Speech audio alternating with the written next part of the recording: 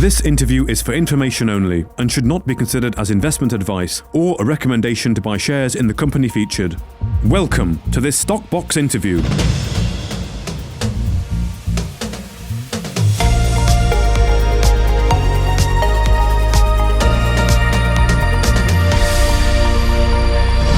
Joining us today is Cedric Simonet, the CEO of Altona Rare Earths, for a special feature on the project, on rare earths and on Monte Muambe. Thank you very much for joining us today, Cedric. How are you doing?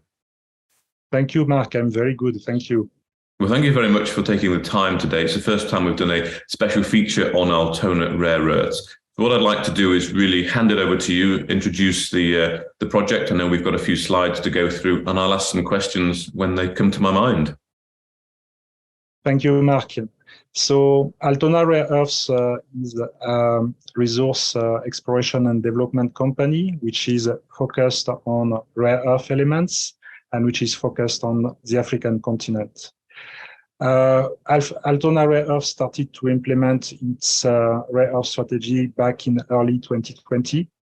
At the time, we were listed on the Aquis Stock Exchange, and we looked at a lot of potential rare earth projects in Africa, did due diligences, signed agreements, and finally we settled on a project called Monte Muambe, which is located in Mozambique, on which we are currently working. We have just completed listing on the London Stock Exchange. So we've moved from Aquis to the LSE with a new ticker, REE, for rare earth elements, obviously.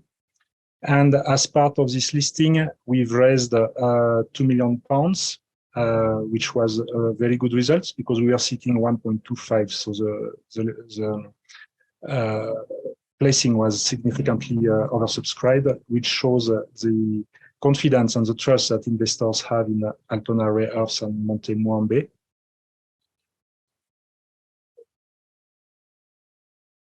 So looking a little bit more in details, first, the key characteristics of the Monte Muambe rare earth projects.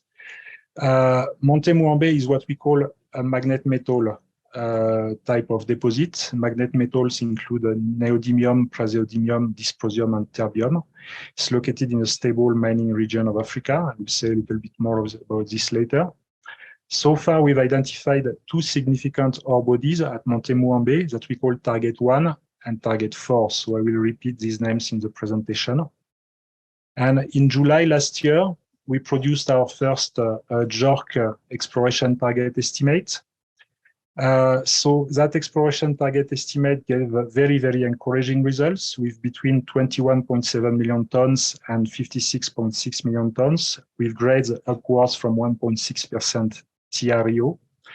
TREO stands for total rare earth oxide. That's a metric for rare earth deposits, which gives a total of all the rare earth elements contained in the rock.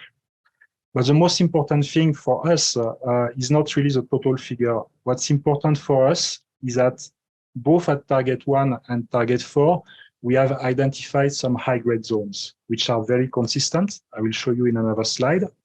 And if you look at the exploration target estimate, it includes a high-grade zone, which corresponds to these ore bodies.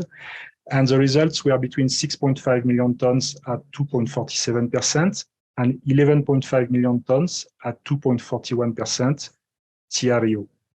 After we did the exploration target back in July last year, we continued drilling on the extensions of specifically these high-grade zones on Target 1. And all these drilling samples and these assay results are going to feed into our maiden JORC mineral resource estimate, which we are going to publish towards the end of August. We are currently working on it. So we expect that the quantity of high-grade ore outlined in this mineral resource estimate will be a lot higher than that defined by the exploration target estimate. Okay, so you think that you will actually find more than your exploration target? Yes, the internal modeling that we've done. First, we've drilled additional holes to those that we use for the exploration targets, and all these holes had rare earth intercepts. We have a very high success rate because we use a portable XRF on site, which is very well calibrated. And that allows us, every time I drill a hole, within 24 hours, I have preliminary results from the XRF. So I can decide if I want to continue this hole, where I want to place the next hole. So we are very, very efficient. We don't have to wait 3 months to receive laboratory results in order to decide where we drill the next hole. Okay, and you finding the XRF is accurate enough for you? Because I think some people are often concerned how accurate XRF is. Well, for us, the XRF doesn't go into obviously JORC estimates. We do send the samples to the laboratory, and the mineral resource estimate will be based on Intertek laboratory assay results.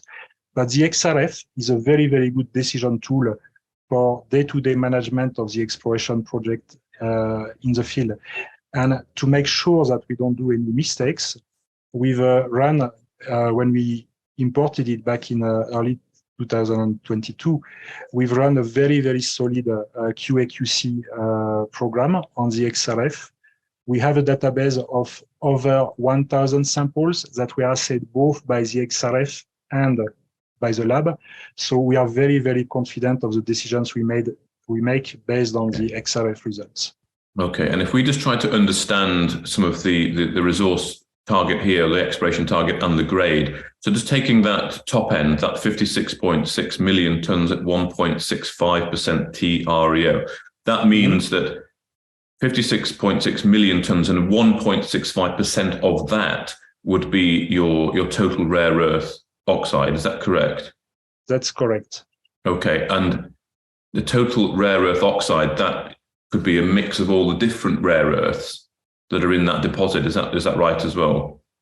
Yeah, this is correct. Rare earths are 17 different elements with different abundances for different types of geological deposits. So the 2.41% is a sum of all the rare earths contained in the ore, and it's expressed as oxide. If you are familiar with that, you can express grades as oxide or as element. So the standard is to express it as an oxide. Okay. And how, I'm trying to help people understand the value here, because people could understand sort of 1% copper or 3% copper is a fantastic grade and it's just copper. How can you understand the value of total rare earth oxide? Because of course, within the 17, some are worth more than others, aren't they? And some are not used at all, presumably in industry. So how would you be able to understand the value? I mean, is it, we're talking about comparing it? You know, what is a good grade of TREO compared to a bad grade? How do you think people could understand and try to put a value on that percentage in that resource? Okay, the 2.41% TREO is the combination of all rare earths contained in the ore, and they've got different proportions, and also each of these rare earths has got a different price. So there is a concept that we call basket price, whereby you calculate some sort of an average price based on the mix of rare earths you have. But I will come back to that on another slide where I've got some figures. Okay, perfect. Thank you. And just before we finish on this slide, I just want to ask you what the picture is showing that we can see. The picture is showing a core sample with what we call phenites in a white color, which are rocks associated to carbonatites and to rare earths. And the brown veins in these samples are carbonatites with rare earths. You can't really see the rare earth minerals directly on this slide, but the important thing for us is that we did back in 2021 5 diamond drilling holes from which this core is taken. And that helped us a lot to understand the detailed geology and geometry of rare earth mineralization at Monte Muambe, because all the drilling that had been done before was reverse circulation, which is good for grades, but you can't see really the details because you crush the rock. And also all the resource drilling that we did after is reverse circulation. So these cores from the diamond drillings were very useful to understand the geology and the geometry of the deposit. Okay, good. And it's looking favorable, is it, from looking at the core? Yes, especially looking at the analysis. Okay, perfect. Well, let's talk about rare earths then for a moment and the market for rare earths then. So I think your next slide is regarding that. Of course. So as we've just said, rare earth elements are 17 different elements. And each of these elements has got its chemical characteristics, it's got its own use, and it's got also its own price. And rare earths are currently some of the most in-demand critical metals on Earth. For people who are not very familiar, I'm sure you've heard about battery minerals. Rare earths must not be confused with battery minerals because they are not used necessarily in the manufacturing of batteries. The most important rare earths are used to manufacture permanent magnets. These permanent magnets are used in wind turbines to generate electricity, and they are used in electric vehicles to turn electricity into motion. So basically, rare earths are more at the start and the end of the chain. You need rare earths to generate electricity. You need rare earths to use electricity. And in the middle, you need battery minerals to store electricity. Beside permanent magnets, there are many applications. Just one example, the screen you are looking at right now on your phone, on your computer, on your device. Without rare earth elements, you wouldn't see the colors on your screen. So rare earths are really everywhere in our day-to-day life. The most important for magnets, permanent magnets manufacturing are neodymium, praseodymium, terbium, and dysprosium. These are also some of the most expensive rare earths. Jointly, they are known as the magnet metals, and all of them are present at Monte Muambe. Altona intends to be part of the solution to the current deficit in rare earths. The forecast for demand of rare earth elements is just increasing year by year. It's been calculated that to maintain global temperature increases by 2050 to less than 1.5 degrees, the production of neodymium and praseodymium will have to increase tenfold. So the market for rare earths is just increasing year by year. Monte Muambe, we intend to be on stream producing by 2027. By 2027. Okay. I noticed on that slide, you've got a couple of points there towards the bottom. 90% of processing and refining done in China. The West is playing catch up, and Altona will be part of the solution to fill the deficit. It's probably too early to be talking about how you're going to sell the product or potentially getting an offtake partner and that kind of thing. I guess that will come later in the DFS and to do with funding of the project and that kind of thing. But is it just quite likely that the Chinese will just be one of your offtake partners and they will still corner the market? How is the West actually going to catch up here? So when you were asking, basically, if we will potentially be selling some of our products to China, as you said, it's a little bit too early to answer because there are several parameters which will lead this decision. Okay. The first parameter is the metallurgy of the deposit of Monte Muambe and what sort of products we will actually be able to produce. And also how far downstream will we be able to go. We do not want to produce just concentrate and ship concentrate out. This is not in the interest of the company, of its shareholders, and certainly not in the interest of the host government. We want to try to do as much value addition as possible in country, and that will be as much value addition as a project characteristics will allow.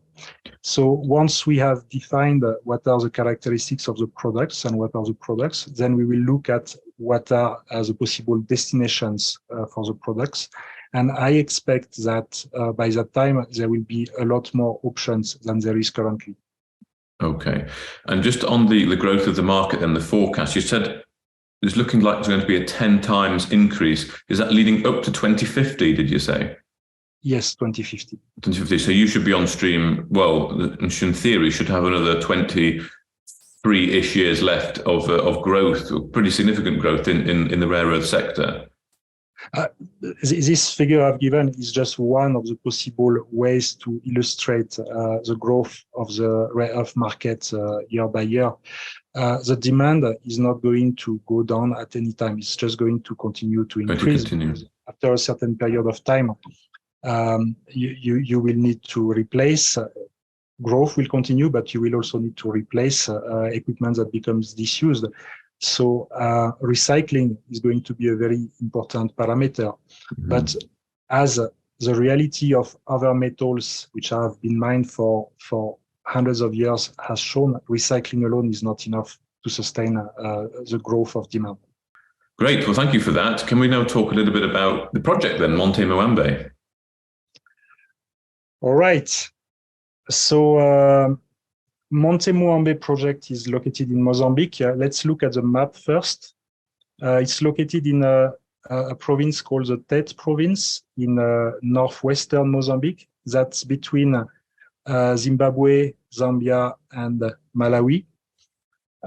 This is a very safe and mature region, mining region of Mozambique. Around us, there are 4 operating coal mines, large ones. There is a lot of infrastructure. There is a large iron and steel project called Baobab Steel. There are gold mines. There is a lot of mining activities. To give you an example, when we started drilling and we did our request for quotations for drilling services, we didn't have to really go far away to look for one possible contractor who will accept to come to our site. Just right there, 50 kilometers from our site, we had 6 different drilling contractors from which we could get quotations and select one. So it's really a mining region.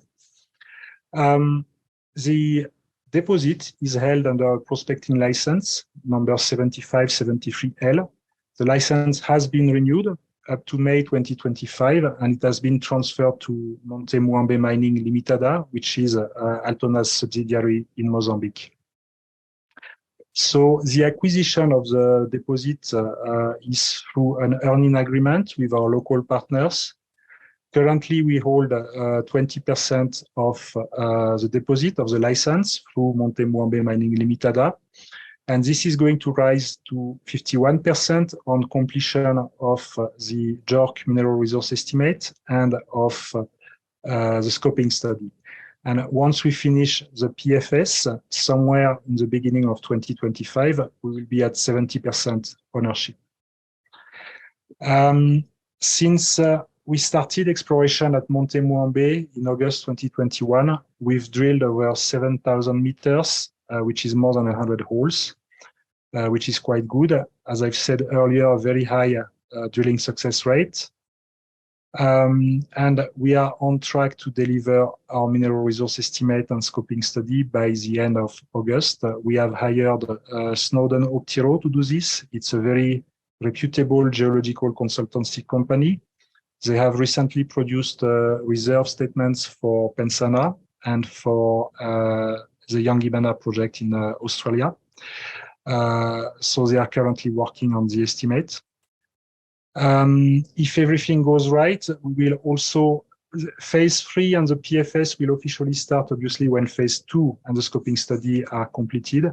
But in order not to waste time, we will have some initial PFS activities that will start from next month. Okay, so everything is looking on track for these timelines, is it? So do you need to do much more drilling in order to get to some of these milestones? We will need for the scoping study, we don't need any more drilling. All the samples were drilled last year. The samples have been assayed.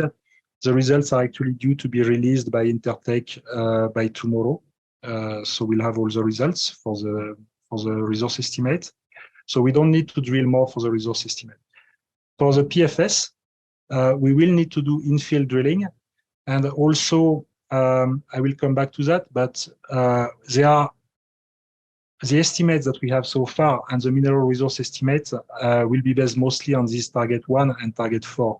But as you can guess, there are more targets, which we have not thoroughly drilled yet. So we will still have even some exploration drilling that will continue during the PFS. Okay. And that picture in the top right, is that the picture of the area of Monte Muambe? It looks almost like a volcano. Yeah, this is correct. This is Monte Muambe. It looks like a volcano, but in its present state, it's not a volcano. It's just an erosion feature that makes it look like a volcano. There used to be a volcano, probably around 90, 100 million years ago, but it was at a higher level, which has been now completely eroded away. So this basin is about 4 kilometers in diameter. And our camp is located right at the edge of the basin here. You can access, you can't see through the trees, but there is a road that goes up to the camp and then inside the basin. That little brown hill right in the center is target 1, and target 4 is somewhere there behind. What's very interesting with this photo is that you can see first, no one lives there. So we don't have issues of community resettlement, relocation. The second thing is that there is enough space to fit in this basin the open pits, the dumps, the TSFs, the plant, all the mine operations. So it's very, very nice because basically we can have all operations at the same place, and we can isolate through the topography, we can isolate the mine from the rest of the environment around it. It's a very nice configuration. Indeed, it looks perfect, actually. Yeah, so that's very good. Thank you for showing that. I know there's a bigger picture we can look at the end of the slide. We can see it in a bit more detail. But let's talk a bit more about some of the exploration that has been done and what will be done on the project. All right. So you have here a map of the Monte Muambe. The pink color is carbonatite. Carbonatite is a rock that contains the rare earths. The green color is a rock called phenite, which is often associated to carbonatites, and it can also, in some circumstances, contain rare earth elements. So before Altona took over the project in 2021, the project has seen some exploration back in 2010 to 2012 by another company, which was looking for fluorspar at the time. And in the course of fluorspar exploration, they found some indications of rare earths, and that's what we followed up from September 2021. So all these small circles that you can see, these empty points, these are legacy drillings from the company that was there before. And all the black dots are holes that were drilled by Altona in 2021 and 2022. I've not shown all the holes because otherwise the maps would have been very busy. The targets were defined partly from legacy data, partly from the exploration we did in 2021, and partly from a very comprehensive soil survey we did using our PXRF in early 2022. So the soils at Monte Muambe are relatively thin, like 1 meter, 2 meter thin. So the soil sampling was very useful because it allowed us to outline potential ore bodies, targets, which were immediately beneath the soil, almost outcropping. It was very efficient to do this. So we identified 10 targets, some with rare earths only, and some with rare earths and also niobium. We've not followed up too much on the niobium targets so far, but we will do that in the future. So the main targets for us have been target 1 and target 4. Target 1 and target 4 are the largest targets so far. These are the ones that were drilled, included in the exploration targets, and that will form the base of the JORC mineral resource estimate.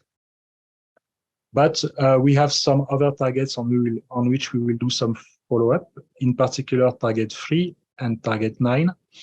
And in addition to this, we expect that some of the mineralization was not picked by the soil sampling survey because it's not exactly outcropping, because there is a little bit of overburden on top of it. And we are going to run exploration programs involving geophysics to identify these blind targets, and that will also give opportunities to increase our resource base. Okay, so there could be more targets then that you can come up with.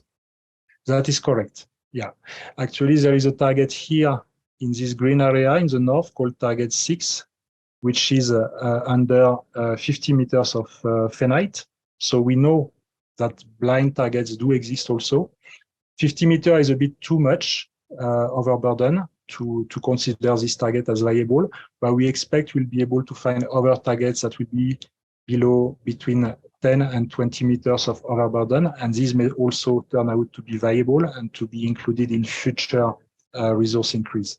Okay, and you're finding these targets through geophysics, you say?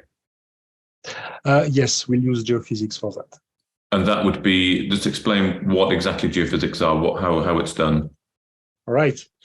So geophysics is when you measure the physical characteristics of the ground, and that can be the magnetization of the ground with magnetic surveys. That can be the gamma ray spectrometry with a spectrometer. That can be electromagnetic properties of the ground. You can also inject current in the ground and measure the response with methods like induced polarization and resistivity. And by seeing the physical properties of the ground and comparing them to those of the rocks you are looking for, you can tell where you will find carbonatite and possibly where you will find rare earths. Okay, and this can be done by helicopter or by people walking on the ground? We've had a helicopter-borne survey, not we, but there is a helicopter-borne survey which was done back in 1998 at Monte Muambe in the framework of fluorspar exploration. So we've got this data, we've used this data, but the geophysical surveys that we will do in the future will be ground geophysical survey with equipment carried on the ground by people. By people, okay. And the targets then that have been identified, were they identified through geophysics? Partly. The targets that were identified, some had been identified by the drilling done for fluorspar exploration, so pretty much by luck at the time, and we followed up on these targets. Other targets were identified based on the airborne geophysics and on soil geochemistry, the soil sampling. And there are also some targets that we identified based on topography.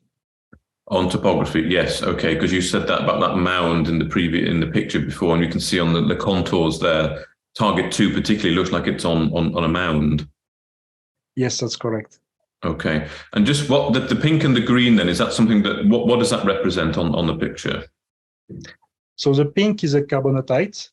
These are the rocks that host rare earths, not everywhere, but most rare earths are contained in some types of carbonatites. So the challenge for us is to find the right areas, and which we are doing quite well so far. And then the green rock around it is a rock called phenite, which is the result of a reaction between the carbonatite and the host rock. Okay. And these phenites first indicate the presence of carbonatite, and also in some conditions can contain rare earths. So they are part of the areas that we are exploring. Okay. And just to give an idea of scale, if we're talking from target 9, let's say, to target 1, what distance are we talking here? What's the size of the area? Okay, I will give you an even better idea on the scale. You have here the grid, the UTM grid references. So for those who don't know it, one UTM unit is 1 meter, which makes it very easy to use the grid as a scale. So here we've got 5,000, here we've got 7,500.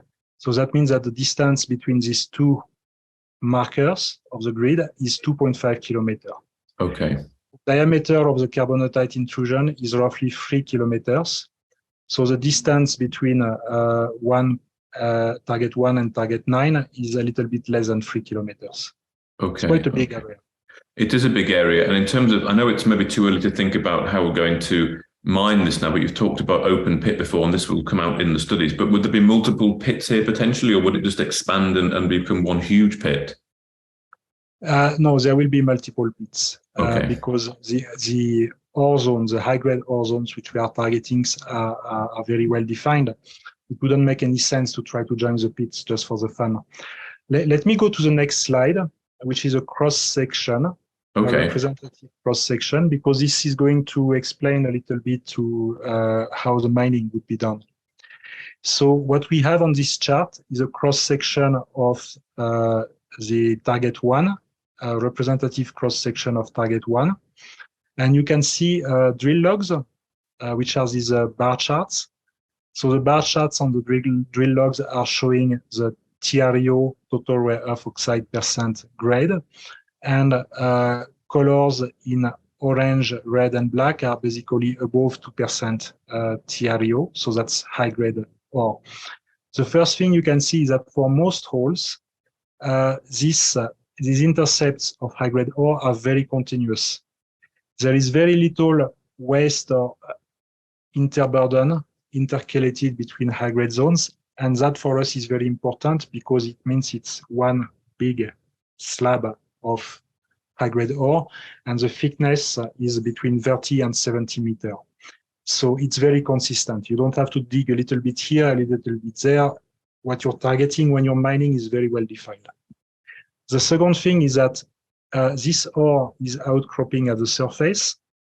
So below this high-grade ore, you have what we call low-grade ore, some of which may be mineable or not. We will see that through the scoping study, but our focus is on the high-grade ore.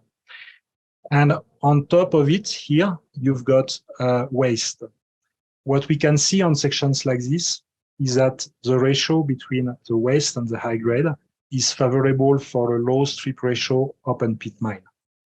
And that's very, very encouraging. The configuration of the Monte Muambe high-grade ore targets, the relationship between these ore bodies and the topography are very favorable as far as mining is concerned.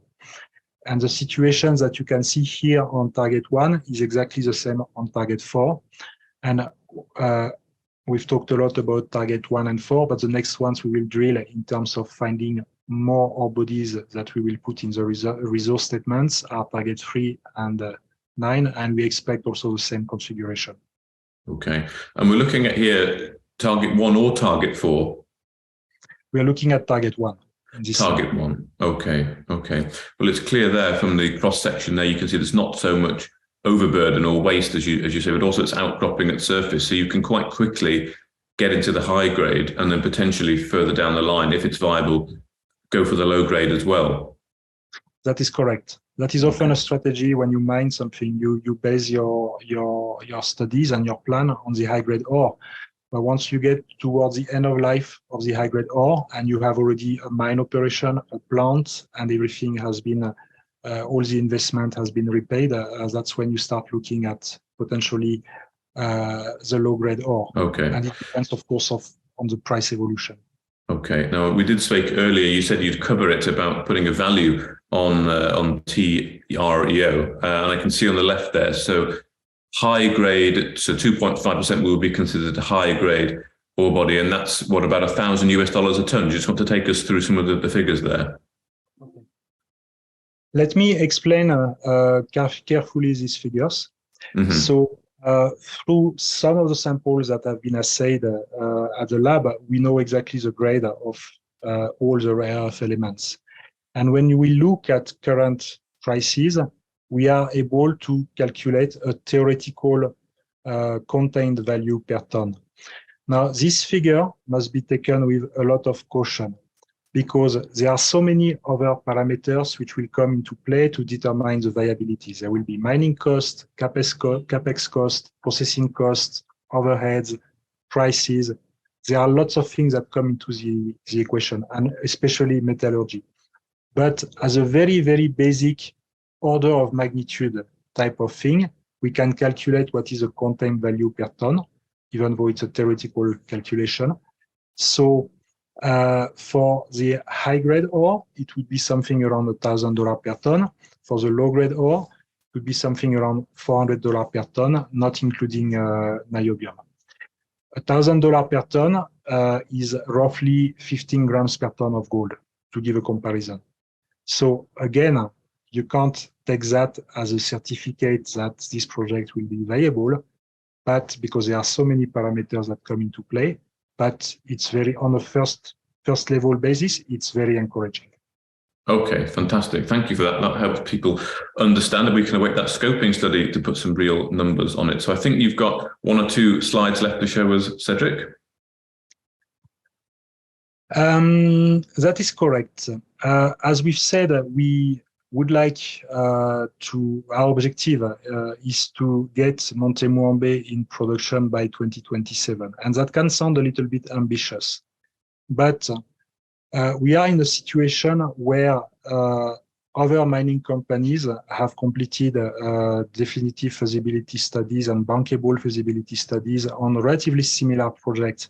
So we can learn a lot from this. Of course, no two rare earth deposits are similar. Each rare earth deposit has got its own characteristic, so you can't compare everything directly. But as a first approach, a good comparison can be the size, the tonnage of resources and reserves, and also their grade in terms of TREO %. So if we look at the top chart, we are comparing the resources and the reserves in terms of tonnage of a few projects. There is Ngwala in Tanzania, Longojo in Angola, and Songwe in Malawi. So in blue, you have the original resource statements of these projects, and in orange, you have the final reserve statements. Let me remind everyone, the resource is what is in the ground, basically. It's the geology. You have to have at least minimum prospects of potential viability, but it's mostly what's in the ground.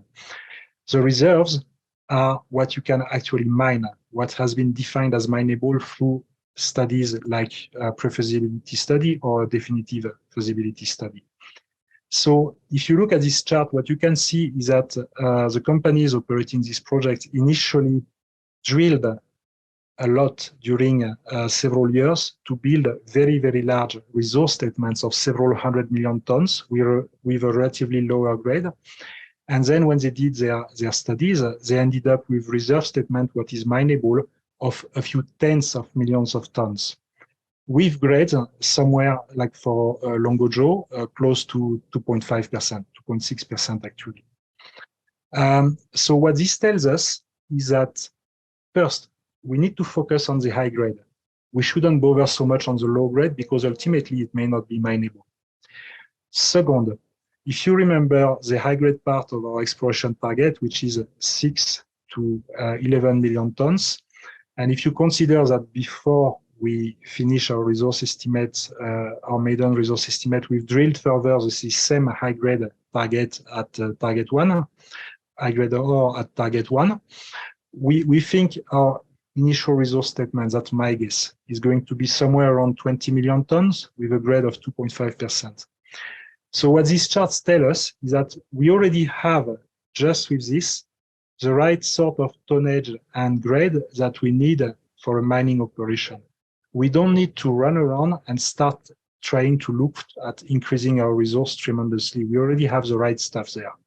Of course, there are other parameters that will come into play, especially the metallurgy.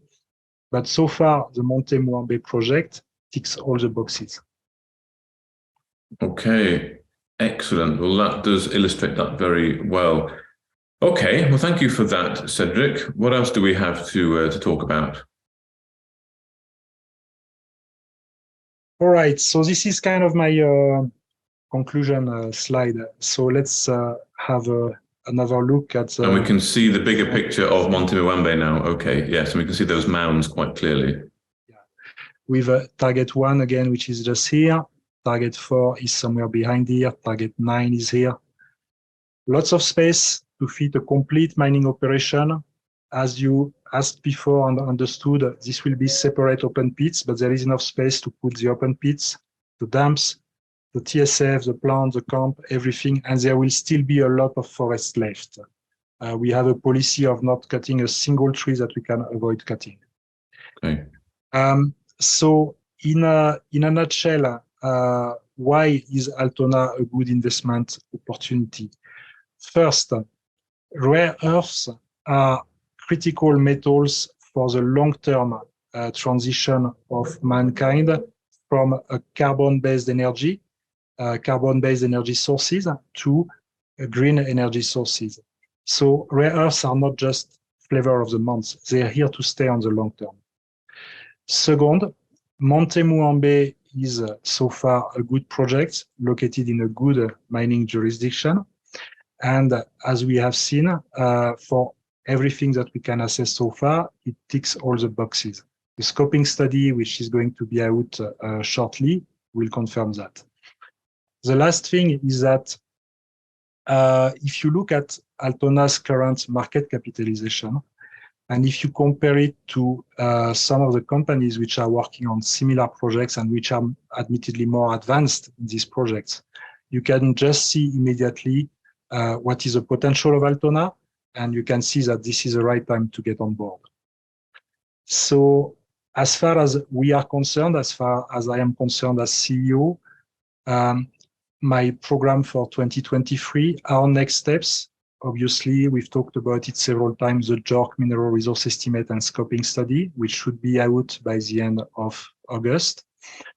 Having these deliverables will allow us to transit from 20% to 51% ownership of Monte Muambe, which will be obviously very good for us and contribute to de-risk the project. We also intend to put in a mining concession application immediately the scoping study is completed. In Mozambique, you can apply for a mining concession at a relatively early stage in the life of the project. And this is very good because it helps to de-risk and it helps to fast-track projects. So we intend to take full advantage of this. And as I've said, we will start some PFS activities as early as possible, including some activities in the field in July. I'm currently preparing with a team in Mozambique to remobilize them to the camp in early July. In early July. Okay. Well, thank you very much, Cedric, for giving us a very good overview there of the project and of the market for rare earths, kind of get to understand of some of the value of rare earths there, and also setting up the next step. So we can look forward to that scoping study in a couple of months and some assay results, well, very soon, as you say, possibly this week. Yes, that's correct. Yeah. Okay. Well, thank you very much. We will update our investors on what's going on during the course of July and August as we wait for the results of the MRE and the scoping study. Perfect. Well, thank you very much for your time today. Cedric Simonet, the CEO of Altona Rare Earths. Thank you, Mark.